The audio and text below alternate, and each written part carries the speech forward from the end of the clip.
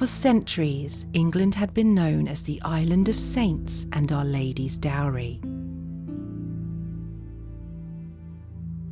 The country had been dedicated to the Mother of God by many kings of England since the 11th century.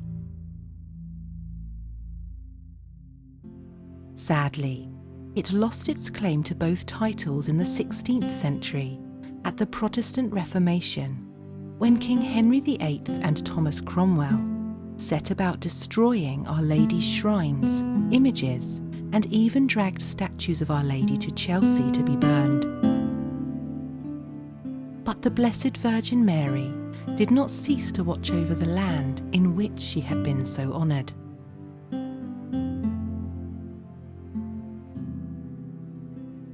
Mary Most Holy always leads us to her Son, and especially through her heart to his, to Jesus through Mary's Immaculate Heart to Jesus' Sacred Heart.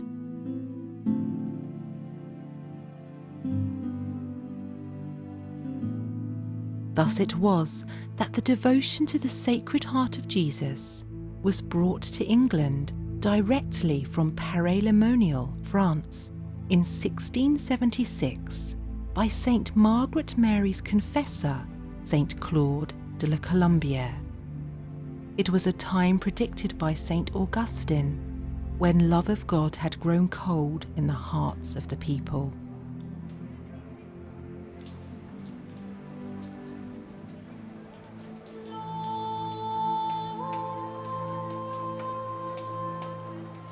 In England, the Catholic King Henry VIII had apostatized from the one true church in his desire for a legitimate heir in the eyes of the state.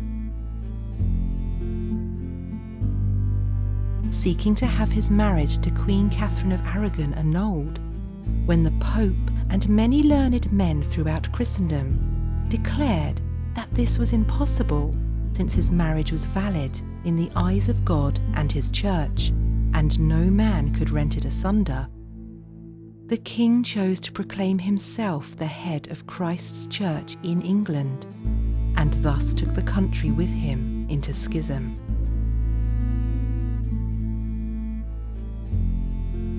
Yet, despite King Henry VIII's break from the Catholic Church in England, the rejection of the Blessed Virgin Mary from shrines such as Walsingham, the destruction of abbeys and churches, and the terrible persecutions of the Catholic Church during the reign of Queen Elizabeth I, which outlawed the holy sacrifice of the Mass and made it illegal to even carry rosary beads, the English monarchs did not succeed in stamping out the old faith entirely from the land.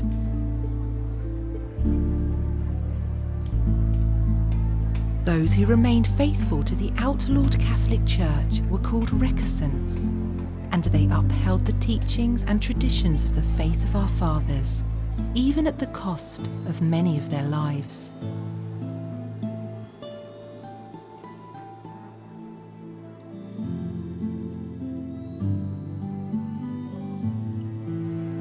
English Catholics had hoped that the return of Charles II to the throne would mean a revival of the true faith in England, but this was not so.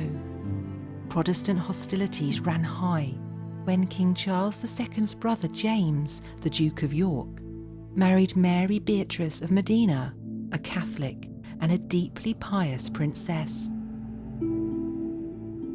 So many English people had conformed to the pressures of attending the compulsory state Protestant religion, and with the relentless years of persecution, even for sympathising with Catholicism, with printed propaganda and constant sermons against the Pope and the Church, a new generation had arisen, ignorant of the truth and hostile to what they had been taught was an earthly, outdated power seeking to dominate the land.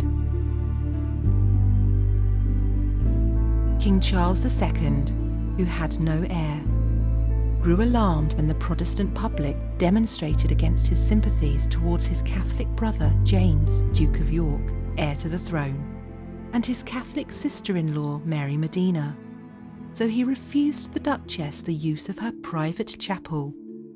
This went against the terms of her marriage contract, which stated that she would be able to attend the outlawed Holy Sacrifice of the Mass in her new home in England.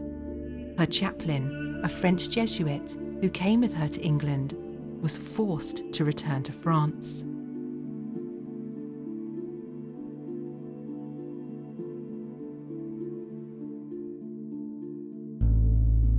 When things had settled somewhat, the Jesuit superiors in France sent another Jesuit priest to the English court so as to serve the private chapel of the Duchess in St James's Palace, London. His name was Father Claude de la Colombiere. He left Paray-le-Monial, where he had been spiritual director and confessor to Saint Margaret Mary, and, guided specifically by our Lord's plan for the English people, brought the devotion of the Sacred Heart of Jesus direct from Paray-le-Monial to England.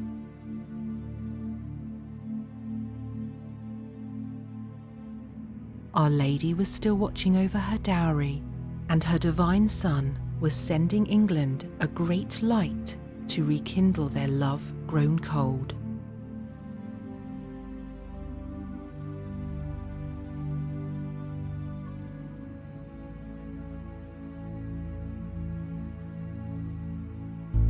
Saint Claude de la Colombiere was born on February 2nd, 1641, in a small town called Saint Symphorien d'Auzon in France.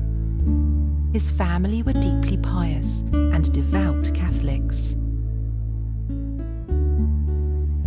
As a young boy, Saint Claude showed a great gift for learning and a sharp intellect. Although he was aware of the call to the sacred priesthood at a young age, Saint Claude was 17 when he finally made the decision to join the Society of Jesus and train for the priesthood.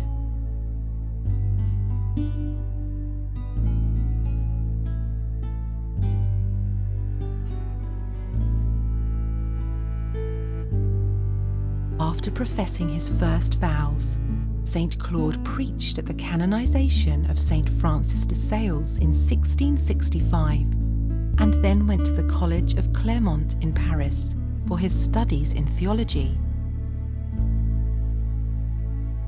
Saint Claude was also assigned by his superiors the additional responsibility of tutoring the children of King Louis XIV's Minister of Finance, Jean-Baptiste Colbert.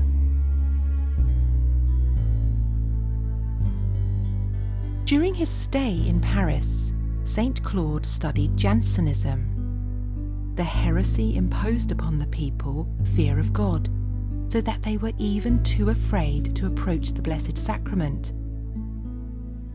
People were taught through Jansenism that God was wrathful and frightening, and so love of him and trust in his mercy grew cold. The Jansenism heresy hurt our Lord's heart deeply. Saint Claude combated this heresy from the pulpit. He already had a love of the Sacred Heart of Jesus due to his knowledge of the works of Saint Francis de Sales, which had familiarized him with the heart of Jesus. Meditating on the Passion and on the patience of the suffering Jesus, Saint Claude found in the Divine Heart the perfect school for souls, and saw the love of the Sacred Heart as the greatest remedy against Jansenism.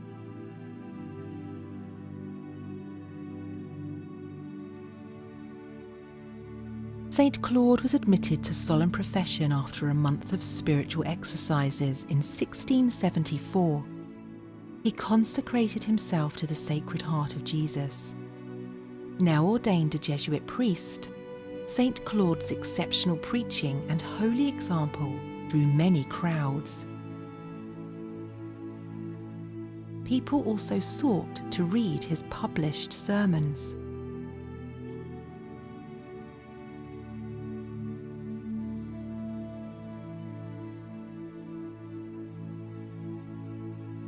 On the 2nd of February 1675, Saint Claude was named rector of the college at Paray-le-Monial.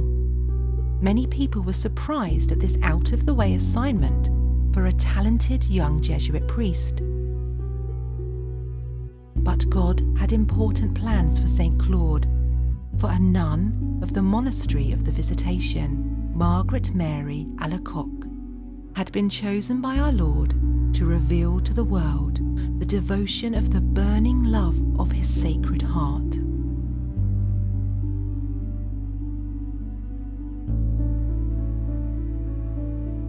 Saint Margaret Mary had received this promise from Jesus, who said, "I will send you my faithful servant and perfect friend." Father Claude de la Colombiere was the priest who became the confidant of Saint Margaret Mary and the first person to spread the message of Paray-le-Monial.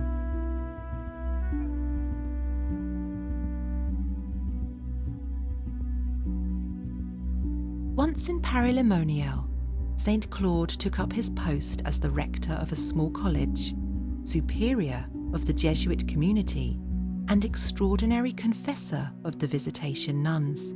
It was here that he met Saint Margaret Mary.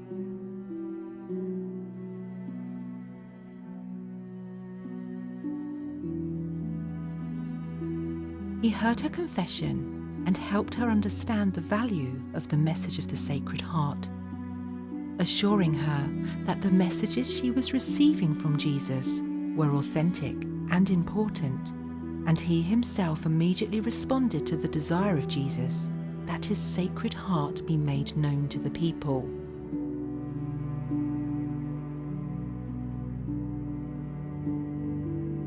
But Saint Claude's assignment to Paray-le-Monial lasted only 18 months. His superiors chose him to go to England as the appointed chaplain of the Duchess of York in 1676.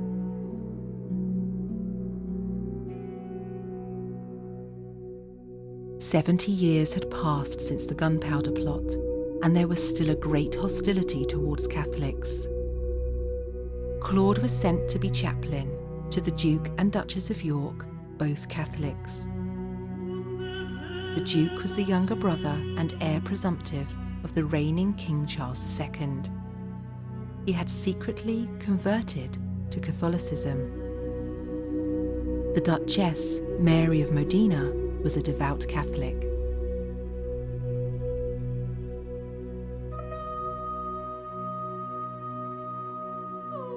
Charles II had granted the couple special permission to maintain a chapel in St. James's Palace. Father Claude was given a modest apartment in the palace and moved in on October the 13th, 1676. Despite the magnificent views and opportunity to take leisurely walks in the City of London, Saint Claude never even looked out of his window. His focus was upon his ministry, and he wished to console the Sacred Heart of Jesus.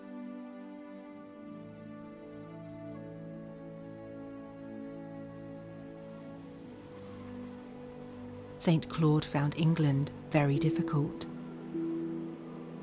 Despite the severe winter, he would not hear of any extra heating in his sparse apartment. He found London food inedible. He only used parts of the palace that he was obliged to pass through to reach his apartments, and he only left to visit the sick.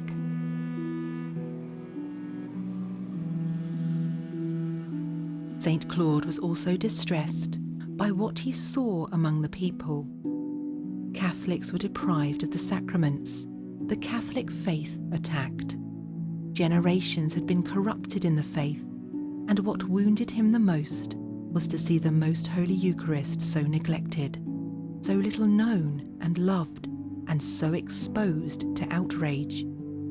He spent many hours, often into the night, in prayer before the tabernacle, praying for England and for the English people to return to the Catholic faith.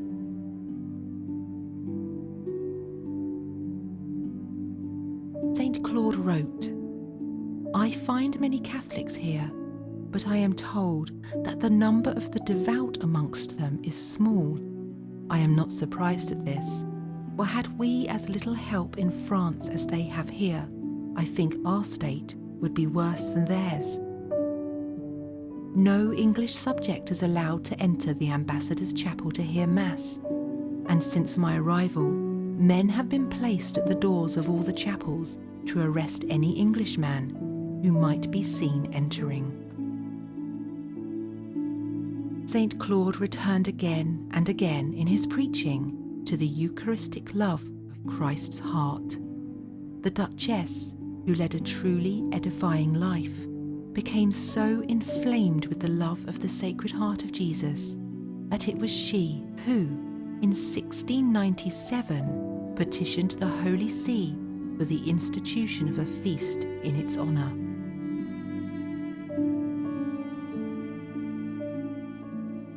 Saint Claude was able to direct Saint Margaret Mary in Paray-le-Monial by letter, but he was not able to write often. Saint Margaret Mary gave him great encouragement, and her letters helped him in his difficult work.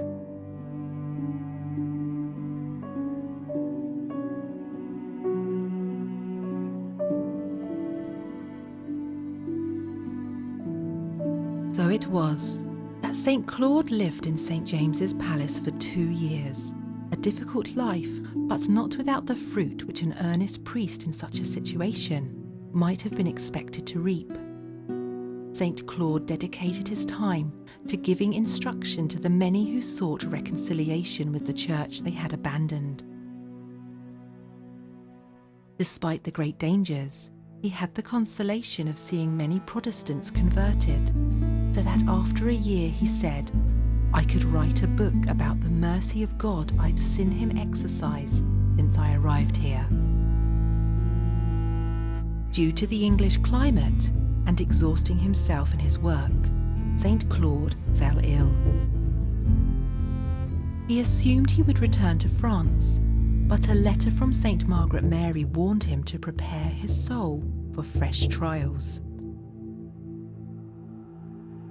Not long after, in 1678, when a fresh persecution against Catholics was looming, Saint Claude received a very special nighttime visitor, a Franciscan by the name of Father John Wall, who would become an important figure for England as one of the 40 martyrs of England and Wales.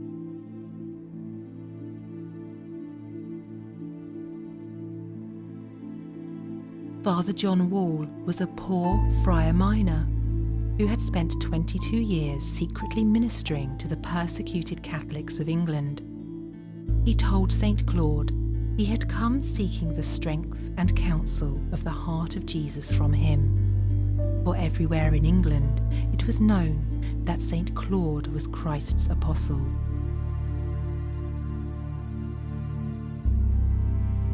Saint Claude welcomed Saint John Wall and told the future English martyr, "No one can penetrate into the mysteries of that heart without tasting the cup of bitterness that Jesus drank from so deeply at Gethsemane.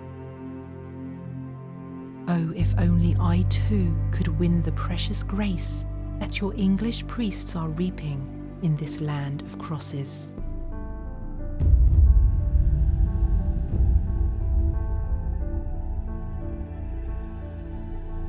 The two priests celebrated Mass together and perhaps spent the night discussing sublime mysteries and praying together to the Sacred Heart of Jesus for England. Father John Wall then left at dawn. Speaking of his conversation with Saint Claude, Saint John Wall said, "I had previously heard about the famous Jesuit. When I was in his presence, I felt that I was speaking with Saint John the Evangelist, who had come back to earth to rekindle divine love with the same fire of the heart of Jesus. I felt that his attitude was totally the same as what the apostles must have been at the foot of the cross, when the lance pierced his master's side and revealed the tabernacle of his burning charity. Immediately after the future English martyr had met with Saint Claude, a storm of fresh persecution broke out against Catholics on account of the Titus Oates plot. When an entirely fictitious conspiracy, invented by a man named Titus Oates, gripped both the English and Scottish kingdoms between 1678 and 1681, Saint Claude was caught up in the persecutions. Catholics, it alleged, were plotting against the life of King Charles II and planning to destroy the Church of England. It was said that the Jesuits in England were to carry out the popish plot, and Titus Oates claimed to have attended a meeting in a pub on the Strand where the tactics of the Jesuits were discussed.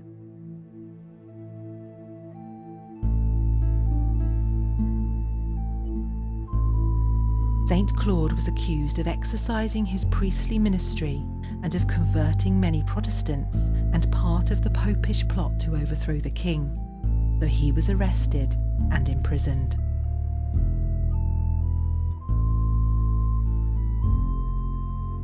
At the same time, in Worcester, St. John Wall was also apprehended under suspicion of being a party to the Titus Oates plot and sent to the Worcester jail.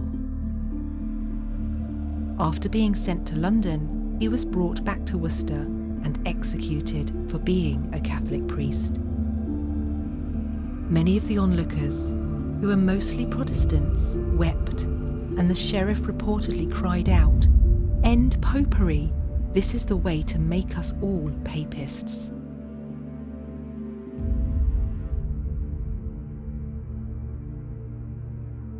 Saint Claude, meanwhile, spent 3 torturous weeks in an English prison before the intervention of King Louis XIV of France secured Saint Claude's banishment from England. In the prison, Saint Claude offered his sufferings for the conversion of souls and to console the Sacred Heart of Jesus.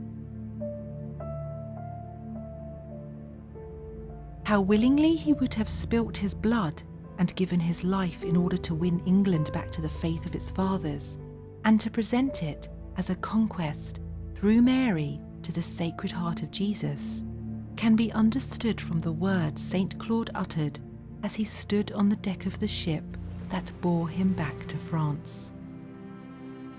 Watching the shores of England disappear in the sea mist, he said with tears in his eyes, "You know, O Lord, that at a word, at the slightest intimation from my superiors, I am willing to return to that shore to work and to suffer. Does your justice require yet another victim? Take my life. Verily, O Lord, should you restore this people to the fold of your church, you would find amongst them many true and generous hearts there to glorify, as in the past days, your adorable name."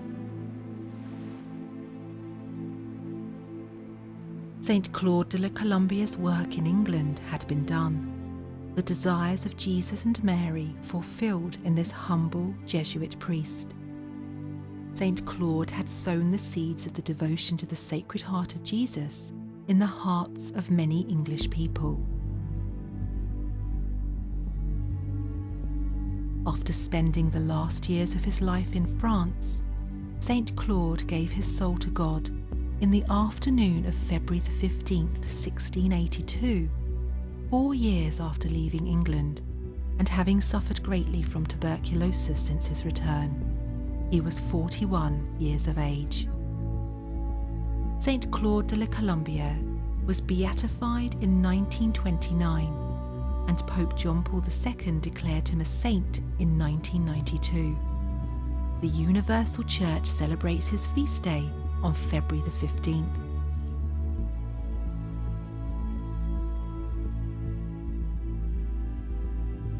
The Sacred Heart devotion in England had taken root thanks to Saint Claude de la Colombiere. It will always be remembered that the message of love from the Sacred Heart was brought by Saint Margaret Mary's own confessor to England. Catholic England can never forget these facts, which connect England so closely with our Lord's chosen apostle of devotion to his heart, Saint Margaret Mary. Catholics are allowed to worship freely throughout Britain now, and many Catholic churches are named in honour of the Sacred Heart of Jesus.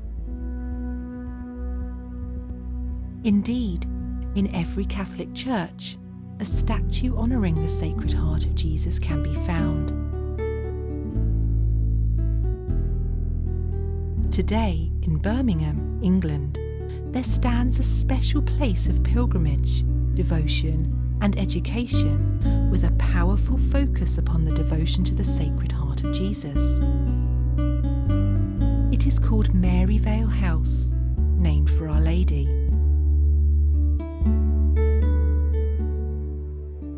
Maryvale's link with the Sacred Heart started when Bishop John Milner became Vicar Apostolic of the Midland District in 1803. His devotion to the Sacred Heart saw him build a small chapel, which became the first public shrine of the Sacred Heart in Britain.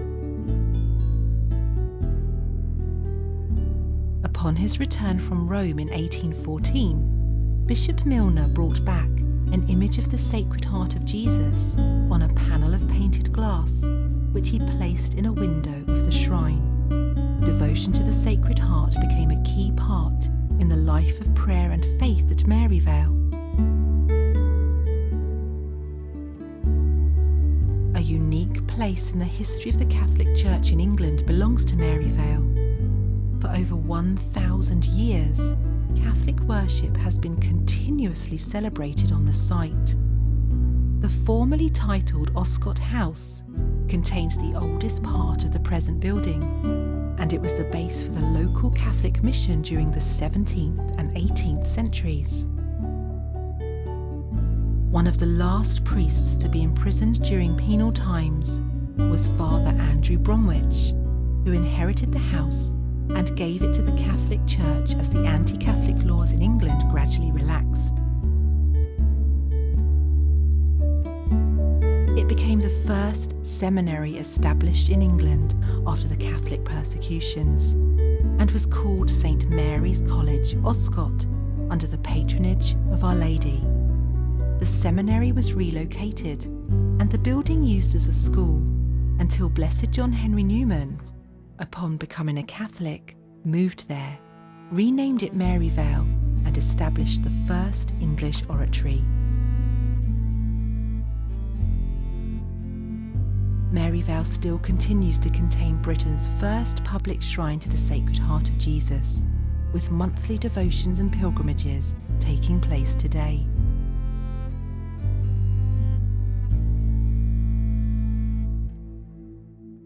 After Saint Claude's death in 1682, Saint Margaret Mary composed a litany in which she called him Voice of an Apostle, Buckler of the Catholic Faith, and Destroyer of Heresy.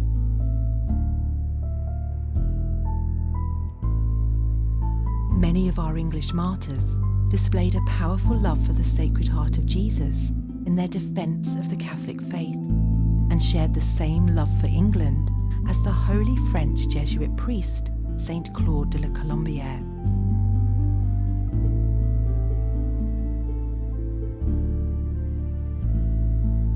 When English martyr St. Henry Morse stood beneath the Tyburn gallows only 35 years before St. Claude arrived in England, this fellow Jesuit priest said, "The kingdom of England will never be truly blessed until it returns to the Catholic Apostolic faith under its head, the Bishop of Rome. All glory I ascribe to God, who was pleased to make use of such a weak instrument, and I therefore pray that my death may be some kind of atonement for the sins of this kingdom, and if I had as many lives as sands on the seashore, I would willingly lay them down for this end, to testify to the truth of the Catholic faith."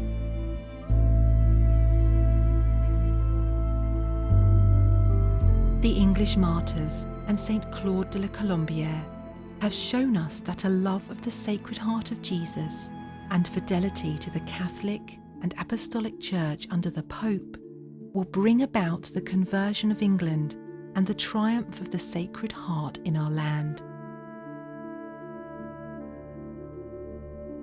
As Jesus said to Saint Margaret Mary, "Behold this heart, which has so loved men that it has spared nothing, even to exhausting and consuming itself, to prove to them its love.